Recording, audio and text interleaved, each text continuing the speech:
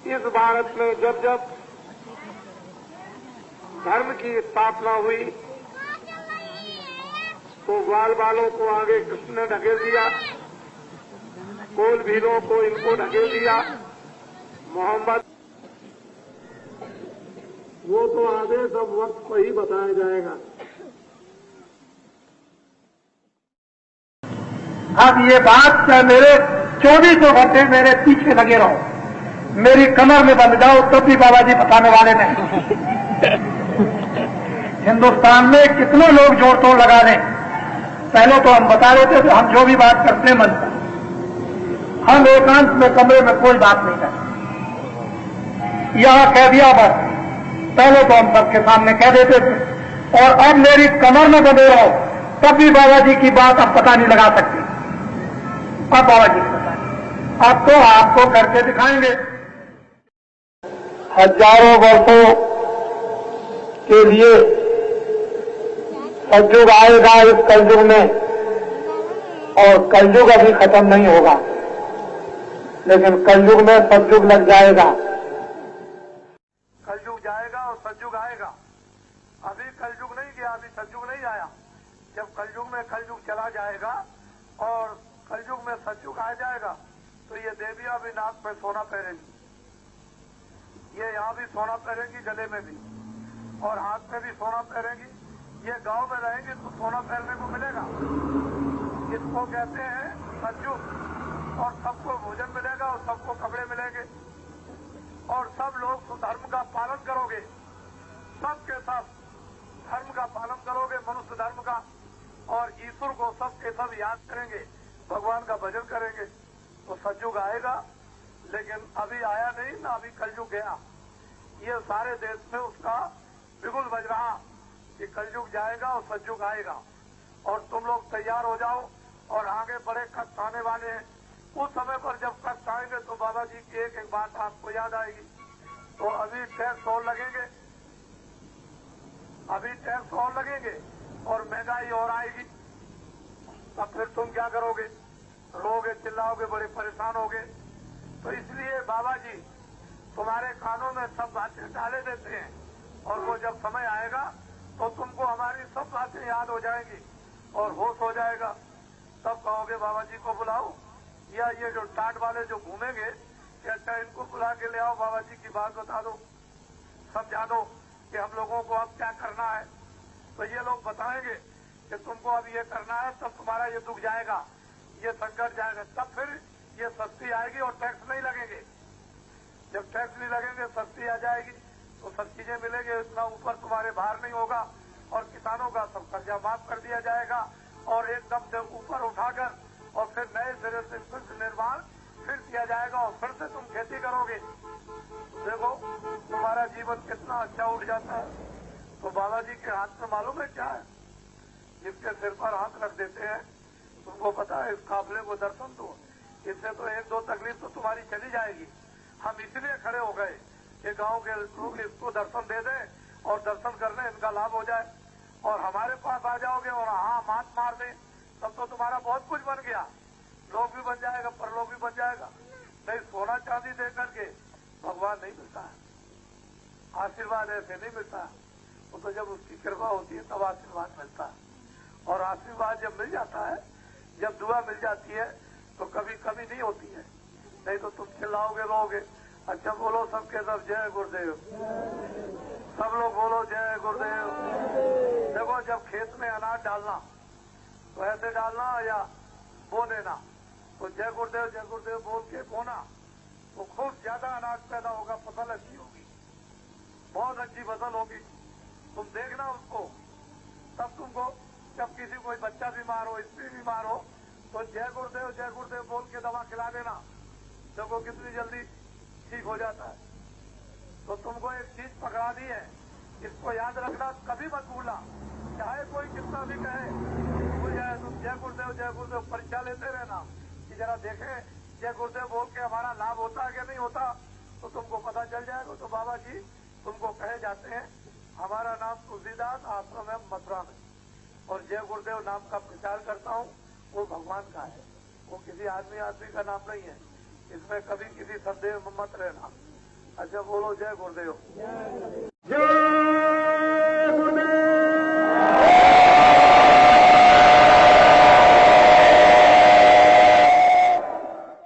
तो कोई आदमी कहे कि कलयुग चला गया, सतयुग आ गया, तो कहना नहीं, अभी कलयुग नहीं गया, अभी सतयुग नहीं आया। बाबा जी घोषणा करेंगे, पहले सबको ये बात सुना दे, हिंदुस्तान में सबके कानों पहुंच जाए, तो घोषणा करेंगे कलयुग कब से जाएगा, सतयुग कब से आएगा। अभी आया नहीं है, मुझे मालूम तो है कि किस तारीख से सतयुग आएगा, किस तारीख से सतयुग आएगा, ये तारीख तो मुझे पता है, लेकिन आपको नहीं बताऊंगा। क्यों नहीं बताऊंगा? कि मेरा समाचार कोई रेडियो अखबार पर नहीं निकलता।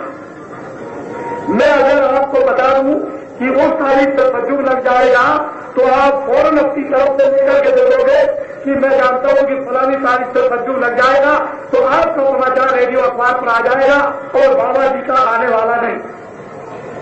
तो बाबा जी तो ऐसे ही रह गए, तो आपने बाजी लगा ली, आपको नंबर ले गए और बाबा जी ऐसे ही रह गए। तो बाबा जी ये बताने वाले नहीं।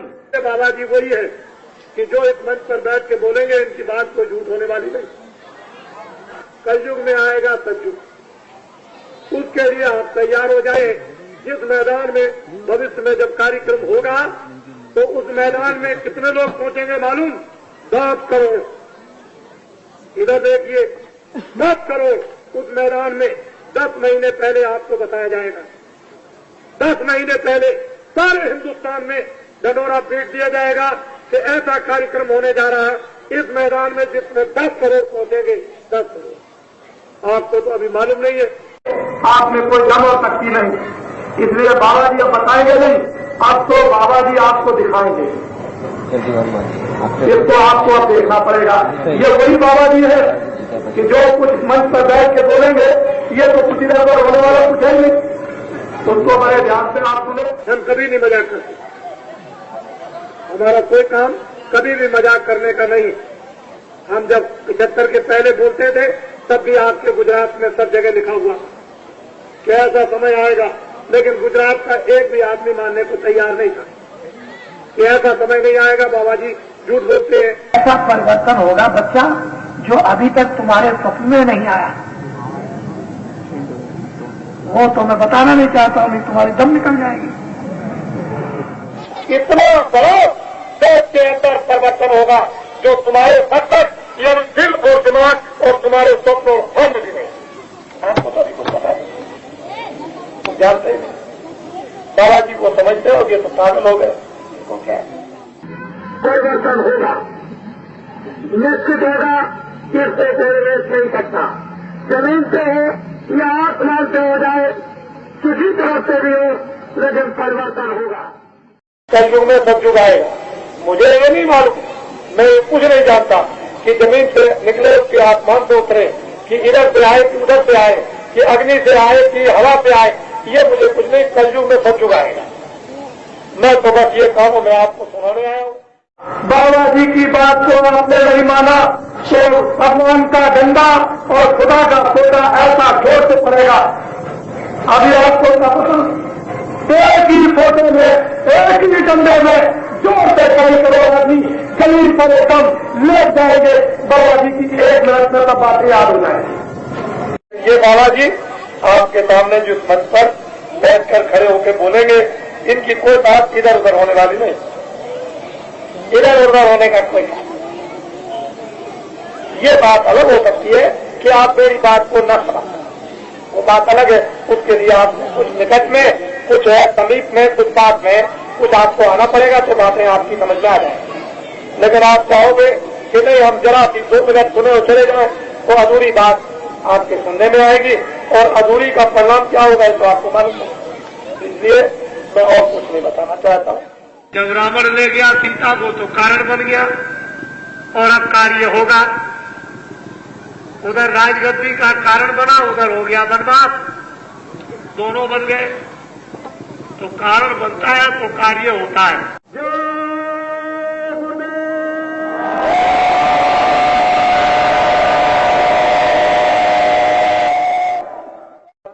बाबा जी क्या कहते हैं, 1 बीघा खेत में 100 मन गेहूं या 100 मन चावल होगा। हमारे शब्दों को आपको सुनना चाहिए और जिन पेड़ों पर 100 वर्षों से फल नहीं लगते उन पर भी फल लगने लगेंगे। आपको मालूम है कि 1 बीघा खेत में 100 मन गेहूं, 100 मन चावल क्या होगा 100 मन गेहूं 100 मन चावल होगा। समझ रहे हैं कि नहीं? अरे 100 मन गेहूं 100 मन चावल 1 बीघा खेत में होगा। अपने अपने दरवाजों पर सुसूचक चिन्ह लिखे, ऊपर जय गुरुदेव नाम भगवान का, नीचे सतयुग आएगा। 1 बीघा खेत में 100 मन गेहूं 100 मन चावल लाएगा। आपको ये लिखने में इतराज क्या? दुनिया के तमाम लैला मजनू की किताबें और तमाम शब्द दिल और दिमाग और तमाम लिखते और आप पढ़ते रहते हैं। ये आपको सूचक है, योगदान, मदद, सहयोग, ये आपका नुकसान क्या है? लेकिन अफसोस है इसके लिखने में और इसके याद करने में शर्म, लैला मजनू की कहानियों में कोई शर्म नहीं। नंगे चित्र तो बनाओगे, उसमें कोई हया और शर्म आपको नहीं आएगी, लेकिन भगवान की तस्वीर बनाने में आपको शर्म। कलयुग में सतयुग आएगा, इतना बड़ा देश के अंदर परिवर्तन होगा जो तुम्हारे मस्तिष्क यानी दिल और दिमाग और तुम्हारे स्वप्न और ख्वाब में भी नहीं। आपको तो अभी कुछ पता नहीं।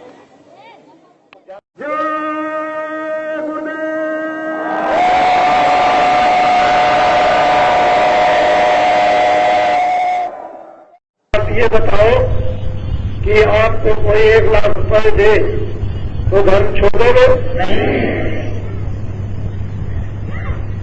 और 1 लाख की पूजा नहीं होगी, 1 लाख के त्याग की पूजा होती है।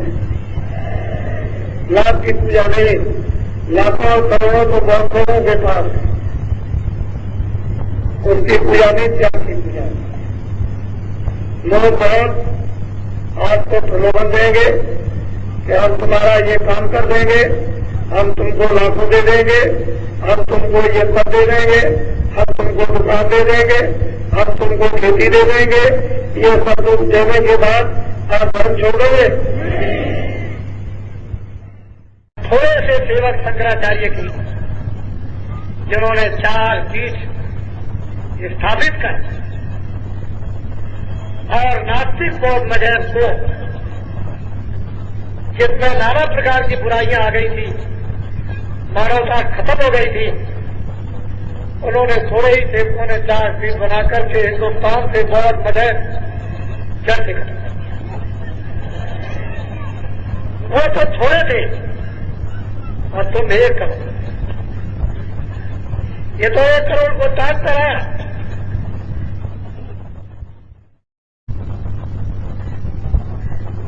इतने ताजदारी अगर देश में धर्म को नहीं ला सकते हैं तो तुमको चुल्लू भर पानी में डूब के लाना है। देखो, मेरी बात खुद सुन लो। जो लोग बोरा पहले हुए हैं, फिर बोरा उतारना है,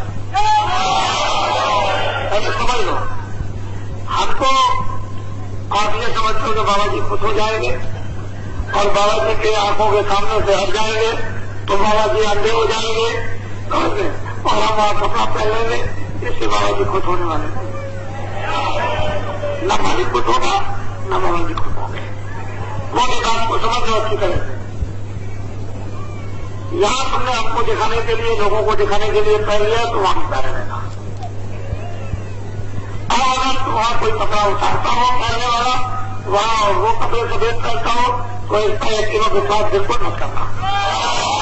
ये मैं तुमको बता देता हूं, ये कसौटी है।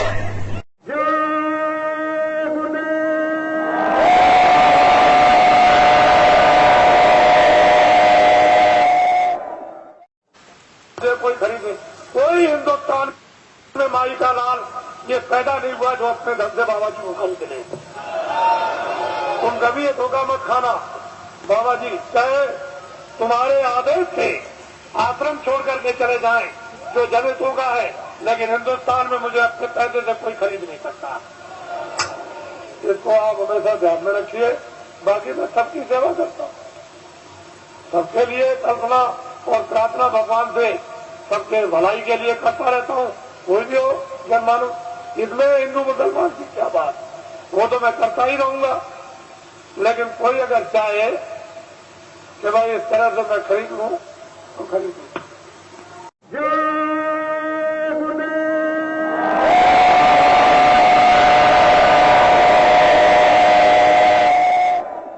मैं तो कुछ अमूलक चीज देने आया हूं, लेकिन मेरी कुछ जरूरी बातें सुन लो, आगे बड़ी तकलीफ आने वाली।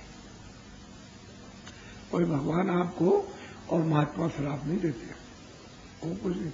महात्मा तो कभी देते ही नहीं, सवाल ही नहीं, भगवान भी नहीं देता। लेकिन जो जो आपने कर्म किए हैं उसका तो आपको दंड मिलेगा। तो बताइए, आपने कुछ बचाव के लिए सोचा है तो आगे बहुत तकलीफ आने वाली है।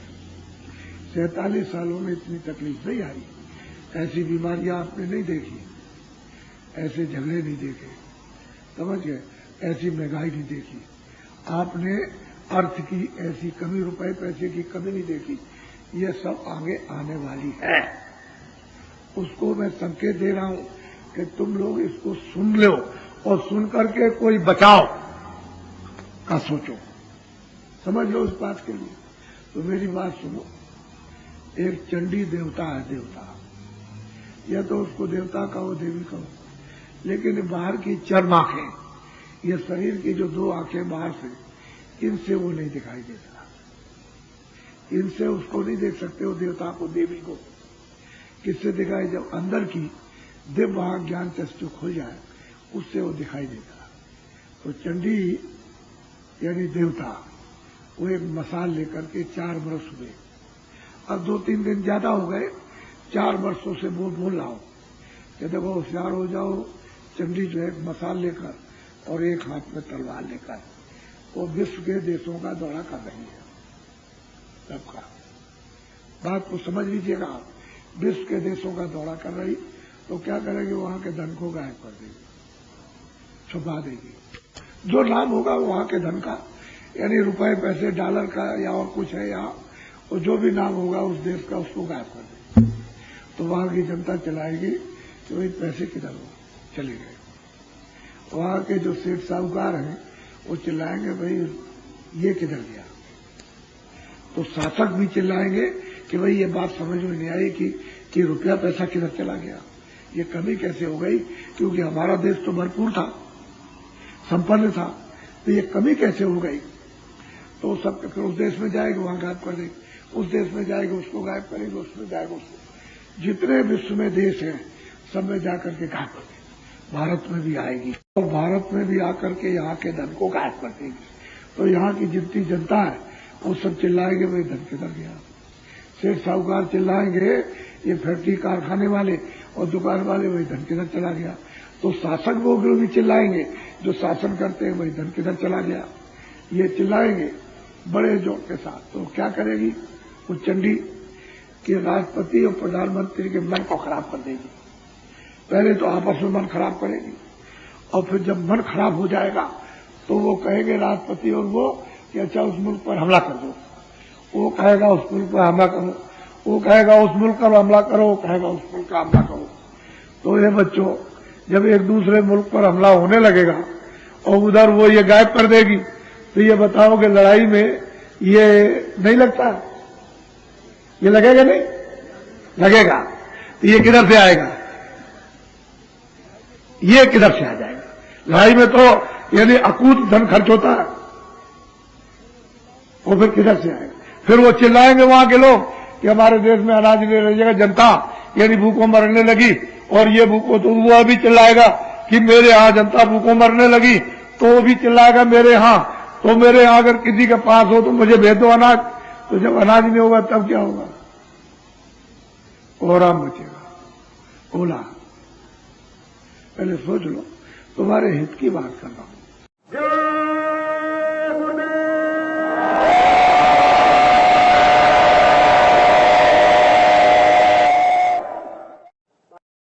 उधर मुसलमान फकीरों की किताबों में लिखा हुआ है कि 14वीं सदी के अंत में इंसानों में कोहराम मचेगा, कोलाहल होगा, त्राय त्राय मचेगी। उसी समय पर खुदा का पैगाम लेकर एक फकीर जमीन पर उतरेगा। सारे इंसान जाति को खुदा का पैगाम सुनाएगा। इतनी सी अर्ज है गाफिल की, गुरुदेव के प्यारे चरणों में तन रहे कहीं दुनिया में, मगर मन रहे तुम्हारे चरणों में। इतनी सी अर्ज है गाफिल की, गुरुदेव के प्यारे चरणों में।